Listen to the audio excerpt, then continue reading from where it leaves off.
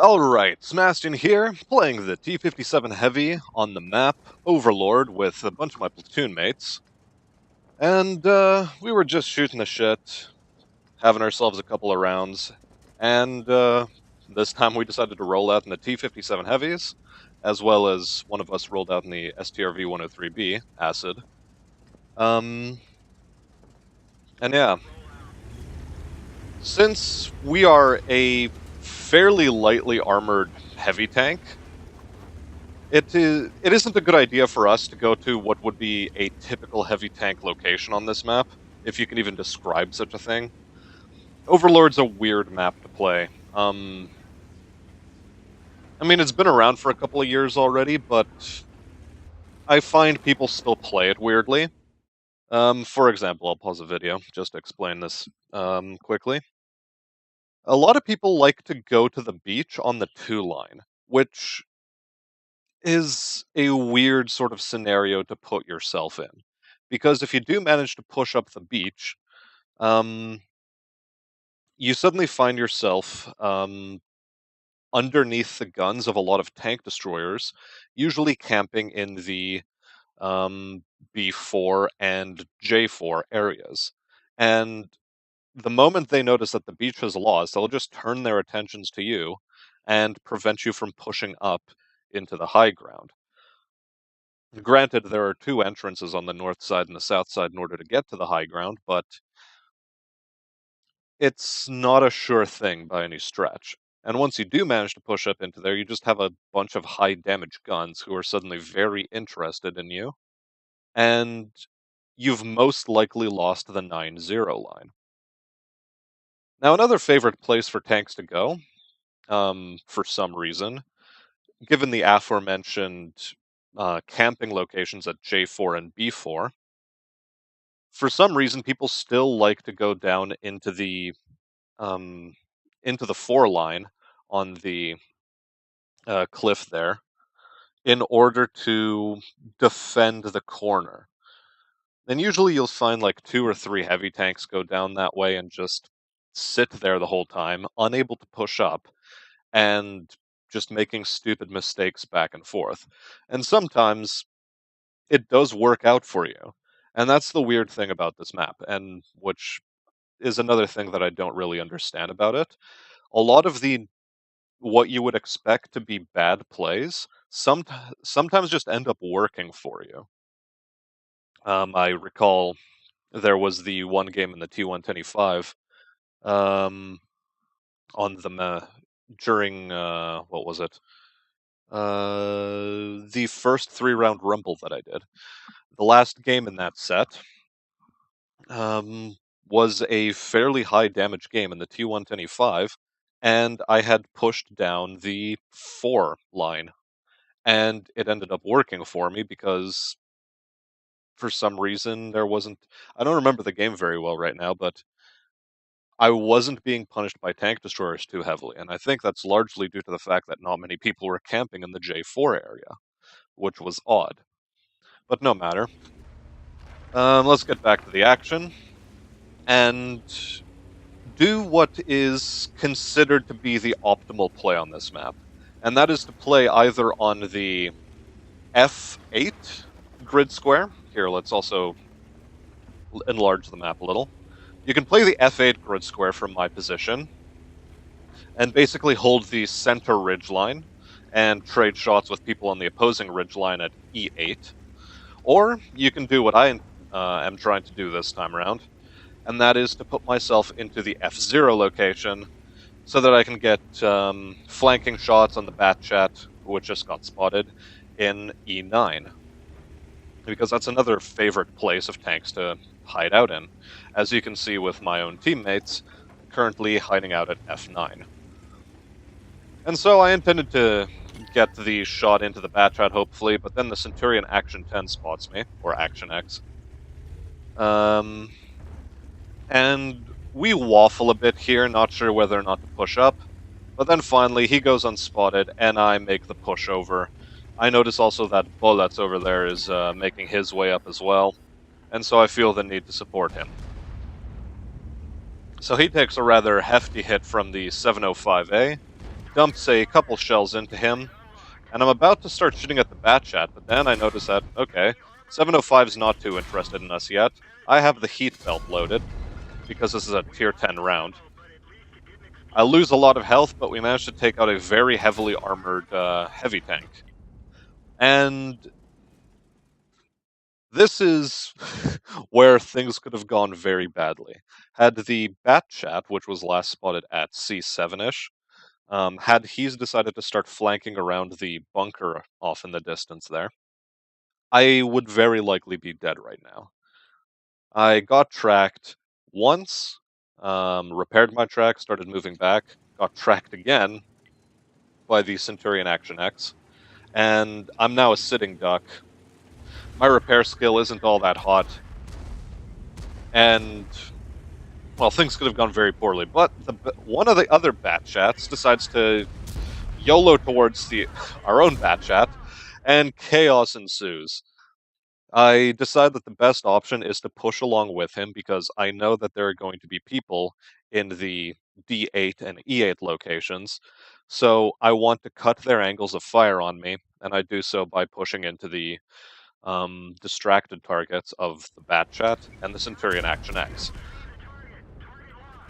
I dump nearly an entire clip into him, Bullets gets tracked again, and he gets taken out completely because he got perma-tracked. And I'm now on a reload, and this is one of the fantastic aspects of the T57.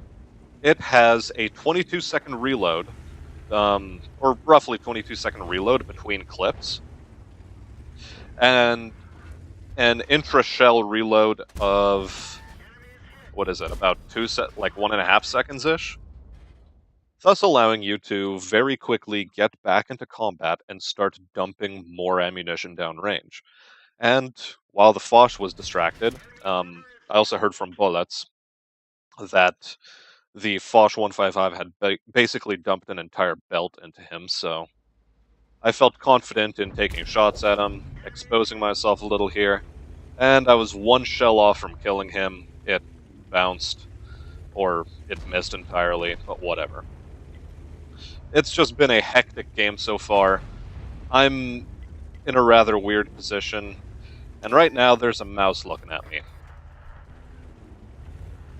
And so basically, I'm trying to keep his attentions on me, and that essentially enables my team to potentially flank around and get side shots into his turret or shots into his rear while he's not looking at them. But he's being somewhat wise and actually cutting his angles to the rest of my team and trying to isolate me as the only target that's going to be shooting at him. Right there, you saw me also taking a look at the last known location of the E4, trying to spot him, see if he's moving up to get flanking shots into me. But that's when the mouse, well, this situation was a bit weird, because I'm on low health, and over to my right is an Object 277 who has a bit more health, and I was really hoping that he would push over the ridgeline so that I wouldn't have to do so myself. And so the next couple of seconds are basically spent me and the Object 277 waffling as to who's going to go over the edge, hoping that someone distracts the mouse and turns his turret away. But nobody is really brave enough to push forward. And things are about to get dire. I'm considering moving forward myself evermore. But that's when the Object 277 goes over the edge, calls for assistance, takes a high explosive shell, which weirds me out a little, and distracts the mouse long enough for me to get around him and bounce a couple of armor-piercing shells off of a weak spot and off of his side armor. And the following was a stupid maneuver, but it was done very much in the heat of the moment and somewhat out of panic as a result of having to potentially deal with the STRV 103B, who is right now unspotted on the enemy team and dumped one shell into me. And I was fully expecting to die here, but instead of getting a full AP shell from the E4, I only took a high explosive shell. And I'm expecting at any moment that E4 is gonna kill me. He's gonna kill me. Oh god, I'm dead. I'm dead. I move forward. I dump a shot into the E4. I keep moving forward. I don't know what this E4 is doing, and he ends up dead, and I end up living. So it was a stroke of luck that the E4. Maybe he had his loader damaged. I have no clue. Maybe his gunner was out and he had a really poor aim time. But neither he nor the STRV actually ended up shooting at me. But, well, it was unfortunate. Now, I noticed that Acid's in a bit of a shit position right now. He's been giving a valiant defense of it. And I'm trying to get the Leopard 1 to go join the 277 and the E3 on the enemy cap. But they don't manage to. Well, he doesn't manage to make it there. The STRV is still unspotted and he's suppressing them. And I'm trying to help out Acid here. I didn't think I would have a line of fire in the E4 from where I was about to shoot him. From the left side of the rock, that is. And so I spend a bit too much time getting into position, but I nonetheless managed to take down the E4. Keep Acid alive just a little bit longer, but he ends up getting taken down. And I just dump a couple of shells into the Jagdpanzers, bounce a shot from the 5A, again, quite luckily. My main goal there was to suppress the both of them so that they wouldn't, well, so that they wouldn't get on cap, thus giving my boys a chance to deal with the capping situation. And to their credit, the 277 and the E4, or the E3 on my team, they did make the right call in taking down the STRV. And this is now where I have to cut an angle rather than trying to join them from, say, D6 area in order to help them with the suppression of the WZ. Well, I do still go to D6, but rather than staying in the low ground, I decide to keep to the high ground after some time, and get a shot on the 5A from what is essentially a crossfire location. I was considering shooting from that angle, but instead, I don't know if he's expecting me or not, but he moves into a different location, which is to say right here, or stays behind the rock, something like that. And I'm able to get some shots into him. First one bounces, and that's when I noticed the Jagdpanzer 100. I dump a shot into his lower plate. He whiffs his shot.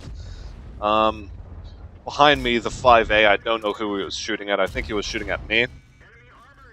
And it doesn't end up working out for him. And again, luck compounding upon luck here. I am starting a reload of my clip.